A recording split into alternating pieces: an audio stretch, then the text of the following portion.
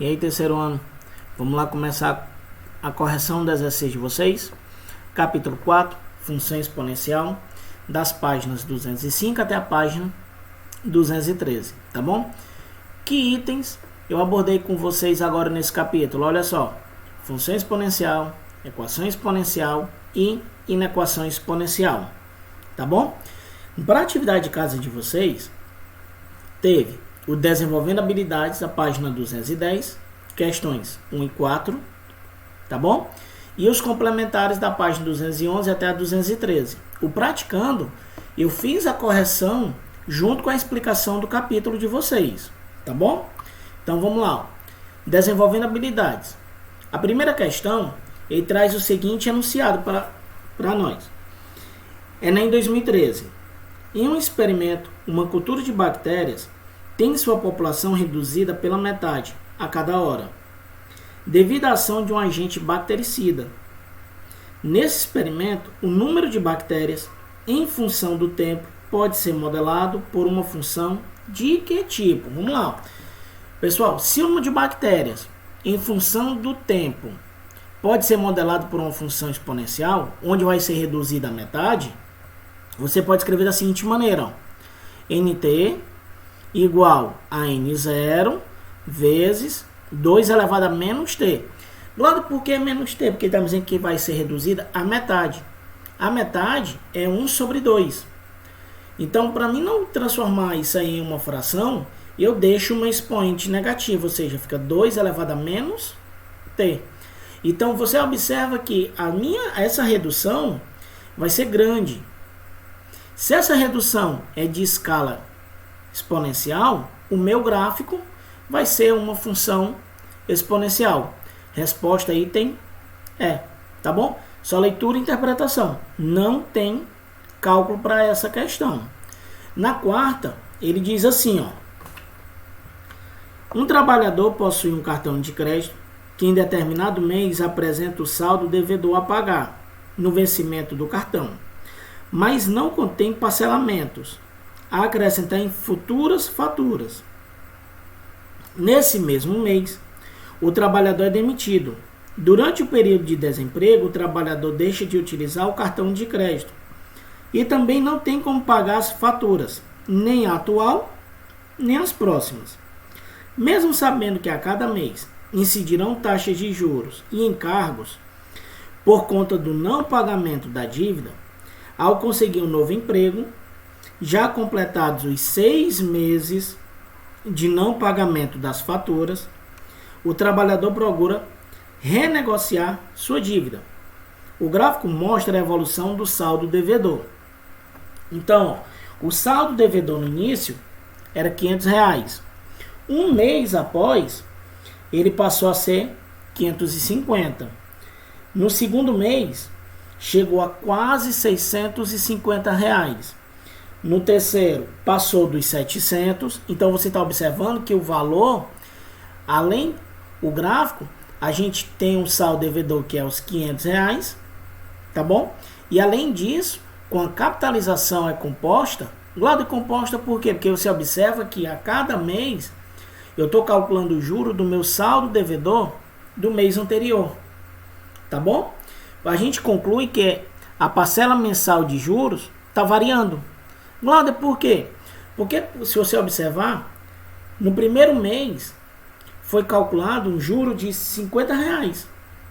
Esse juro, se você pegar em relação ao inicial, você tem 50 dividido para 500, ou seja, dá 10%.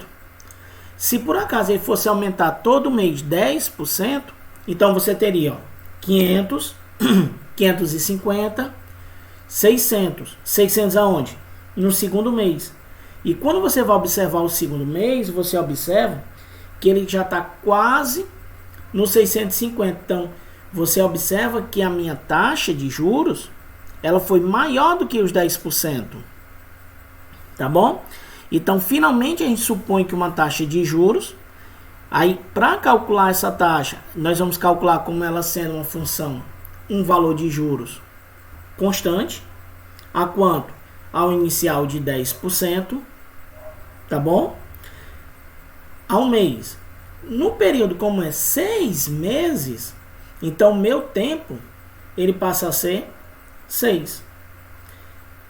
O saldo devedor ao final de tudo é os R$500 vezes 1,1. Glauber, 1,1 por quê? Porque é assim, ó. Se por acaso você está devendo, lembre, a tua porcentagem, se você tem um acréscimo, ou seja, um juro, uma dívida, você tem os 100% que você deve, mais a minha taxa de juros. Como é que a gente está taxando ela? Numa constante de 10%, o 10% é 0,1. E o teu 100% vale 1. Então, 1 mais 0,1 é 1,1. Certo? Isso quando for juro. Quando for desconto, redução, aí você faz uma subtração do teu 1, que é o teu 100%, menos o que vai ser descontado. Tá bom? Então, 1,1 elevado à sexta, fazendo a potência e depois a multiplicação, nós temos como resposta R$ 885,78.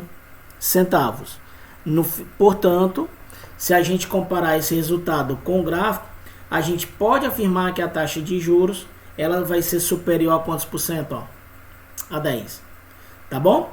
Então, com isso eu estou terminando o DH, certo? E vou resolver com vocês agora algumas questões dos exercícios complementares. Tá bom? Sétima questão, ele diz assim, ó. No acidente ocorrido na usina nuclear de Fukushima, no Japão, houve a liberação do iodo radioativo 131 nas águas do Oceano Pacífico. Sabendo que a meia-vida do isótopo do iodo radioativo 131 é de 8 dias, o gráfico que representa a curva de decaimento para uma amostra de 16 gramas de isótopo é quem? Pessoal, a opção correta é o item D. Por quê? Porque como ele está me dizendo que a meia-vida do iodo radioativo 131 é de 8 dias, então, ó, para o inicial, ele teve 16 massas. Em 8 dias, aí ele vai cair para metade. Ah, Glauco, por quê? Porque ele está dizendo que é 8 dias, então vou contar de 8 em 8. A cada 8 dias vai se reduzir a metade. Isso não vai dizer que em 8 dias vai acabar o período de radiação. Não, é o meu intervalo de tempo.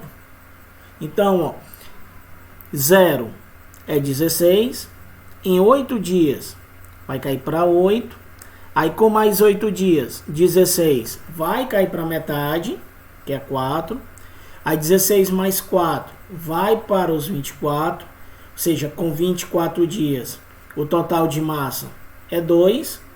E para 8 dias após, 32 dias, ele tem massa de 1. Tá bom? Então, Glauco, se por acaso eu continuar, se por acaso você continuar fazendo aí o cálculo, você vai observar que o seu zero ele vai tender ao infinito. Por quê? Ó? Ah, com mais 8 dias, vai para 40. Metade de 1 é 0,5. Aí, com mais 8, 48. Metade de 0,5 é 0,25. Aí 48 com mais 8, 56. Vai para 0,125. Então você observa que o valor vai estar sempre diminuindo. Certo? Então para ele zerar, ele vai ter um período de vida longo. Tá bom? Vamos lá para a próxima questão que estarei trabalhando com vocês. Ó. Questão de número 9. Questão de somatório. Ele diz assim, ó. Um incêndio em uma floresta devastou 1.500 hectares de mata. Pela ação dos ventos, estima-se que a área destruída crescerá uma taxa de 10% ao dia. Sabendo que, olha só a minha função, ó, y igual a 1.500 vezes 1,1 elevado a t, em que t é o número, é o tempo em dias, e y é a área devastada, em hectares. Considere a tabela a seguir e os efeitos e os conhecimentos sobre o assunto. Depois analise o que for correto. Efeitos do aumento da taxa de CO2 no ar inspirado por um ser humano sobre a quantidade média de ar inspirado e a frequência média de inspirações por minuto ao longo do tempo. Vamos lá. Primeiro, se o fogo não for controlado em 3 dias, a área será maior do que 2 hectares. Vamos lá. Substituindo, nós temos 1,1 elevado a t, 1,1 elevado a 3 vezes 1.500 dá 1996,5. Então, 1996,5 ele é menor do que 2.000 hectares. Então, primeiro, está incorreto. Na segunda, ele diz assim, ó, o gráfico da função que relaciona a quantidade média de ar inspirada em centímetros cúbicos na abscissa e a porcentagem de CO2 no ar inspirado, na ordem, é uma reta. Pessoal, tá de maneira incorreta. Por quê? Você vai observar que as razões aqui, ó, para estar numa reta, no mínimo teu gráfico teria que ser uma função linear, constante, tá bom? Então aqui você vai observar que essas variações 0,79 menos 0,04 dividido por 739 menos 673, que esse aqui são os dois primeiros valores da tua tabela, certo? Vai ser diferente de 2,02 menos 0,79 dividido para 864 menos 739. Então, concluímos que não se trata de uma função linear, porque aí você não tem uma constante. Tá bom? Então, opção 2 também está incorreta. O quarto, ele diz assim, ó, quanto maior a porcentagem de CO2, menor será a capacidade de a hemoglobina se manter ligada ao O2. Você vai observar na tabela que essa opção é verdadeira, tá bom? Então, item 4, correto. Oitavo, se o mamífero estiver no meio do incêndio, ele morrerá por asfixia. Mesmo que aumente a frequência média de inspirações por minuto, pois a acidez no sangue diminui a afinidade da hemoglobina pelo O2. Correto também. E o 16, no 8º dia, a área total devastada pelo acidente, pelo incêndio, será maior do que 3 hectares. Você vai voltar aqui, vai fazer o cálculo, 1,1 elevado a 8 vezes 1.500, tá bom? Você efetuando o cálculo, você tem uma resposta maior do que 3.000 hectares. Então, o item 16 também é correto. Fazendo a soma, 16 mais 8 mais 4, somatório 28, tá bom? Pessoal, com isso eu estou terminando com vocês a explicação, tá bom? A correção do exercício, certo? Fiquem com Deus e até a próxima.